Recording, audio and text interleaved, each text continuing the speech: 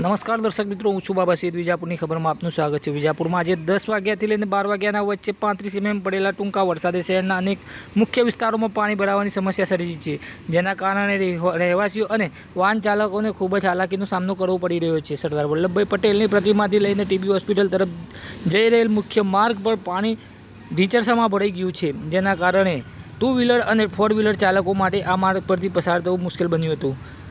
સ્થાનિક રહીશોએ અને વાહન ચાલકોએ સ્થિતિ અંગે ગંભીરતા વ્યક્ત કરી હતી અને એક વાહન ચાલકે જણાવ્યું હતું કે 35 mm વરસાદમાં આવી હાલત થાય છે, ત્યારે આ તો આખું ચોમાસાની ઋતુ છે, ત્યારે શું થશે તે ભગવાન જાણે. આ ઘટનાએ શહેરની ડ્રેનેજ વ્યવસ્થા પર સવાલ ઊભા કર્યા છે.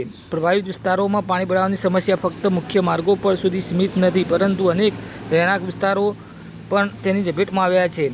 ગોવિંદપુરા જૂથ પંચાયત વિસ્તારની આવતી સરદાર વલ્લભભાઈ પટેલ માર્કેટ, શાક market, Rishikesh society, Kapoor society, Jhulelal park, Jalaram society, Kailas society, Krishnakrupa society, Bombay society, Suryaketu bungalow, Suvidhi bungalow વિસ્તારોમાં પાણી ભરાયો છે અને ટીબીના હોસ્પિટલ તરફ જવાના મુખ્ય રસ્તા પર પણ પાણી ભરાઈ જવા પામ્યું છે, જેથી લઈને રહેવાસીઓને જનજીવન પ્રભાવિત થયું છે.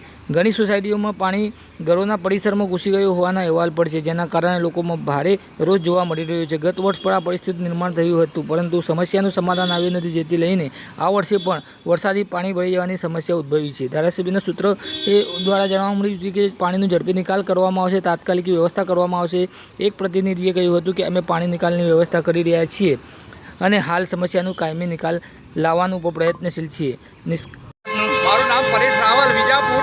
વિજાપુરમાં એક સામાન્ય વરસાદની અંદર જ આ ટીબી રોડની અંદર પાણી ભરાતા ઋષિકેશ સોસાયટી, હરિદ્વાર, કપૂર, મન મંદિર સોસાયટી જળબંબાકાર થઈ ગઈ છે અને બહુ વ્યાપક પરિસ્થિતિ. સ્કૂલના બાળકો, નોકરીઓ જતા તમામ લોકોને ખૂબ તકલીફ પડે છે. તમે શું માંગણી કરી રહ્યા છો? અમારી માંગણી એવી છે કે અહીંયા કંઈક ગટર લાઈન થઈને પાછળ પાણી જતું રહે તો જાય એવું છે શક્યતા, તો બહુ સારું. હા,